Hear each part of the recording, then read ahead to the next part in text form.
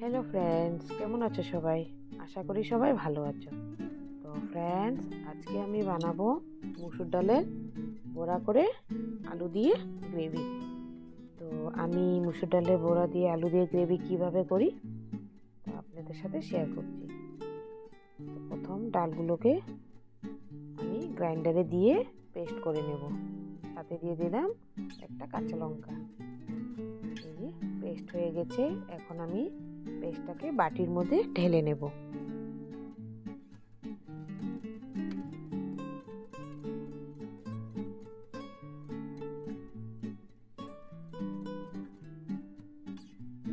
এখন এর মধ্যে দিয়ে দিলাম আমি স্বাদ মতো নুন, আর দিয়ে দেব একটু হলুদ গুঁড়ো, কালো জিরে,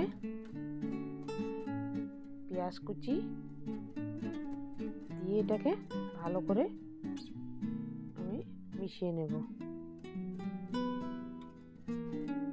এটাকে আমি 15 মিনিটের মতন ফেটিয়েছি। তারপর কড়াইয়ের মধ্যে দিয়ে দিলাম সাদা তেল,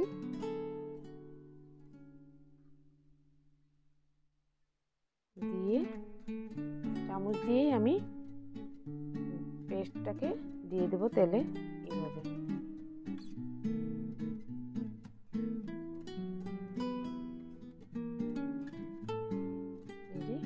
এইভাবে আমি সবকটা ওরা ভেজে নিয়েছি।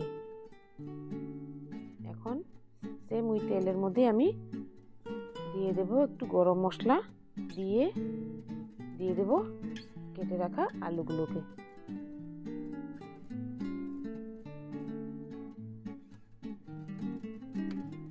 একটু ভেজে নেব।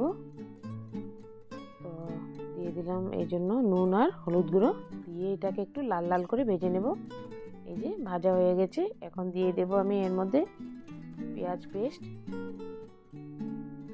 পেস্টটা দিয়ে ভালো করে নাড়াচাড়া করে নেব।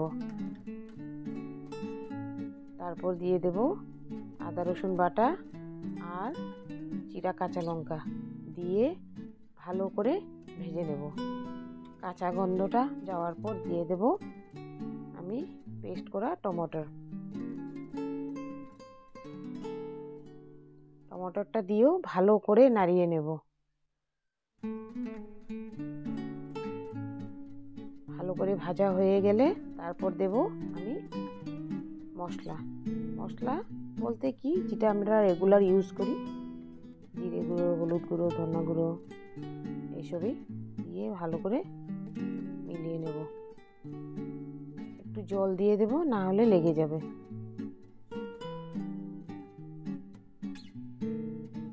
জল দিয়েছি, দিয়ে ভালো করে এটাকে মশলার সাথে ভেজে নেব। আর একটু নুন দিয়ে দিচ্ছি। ভাজা হয়ে গেছে, তারপর দিয়ে দেব আমি জলটা দিয়ে ঢেকে দেব। জলটা ফোটার পর আলুটা 80% সিদ্ধ হয়ে যাবে, তারপর দিয়ে দেব বড়াগুলোকে, দিয়ে ঢেকে দেব।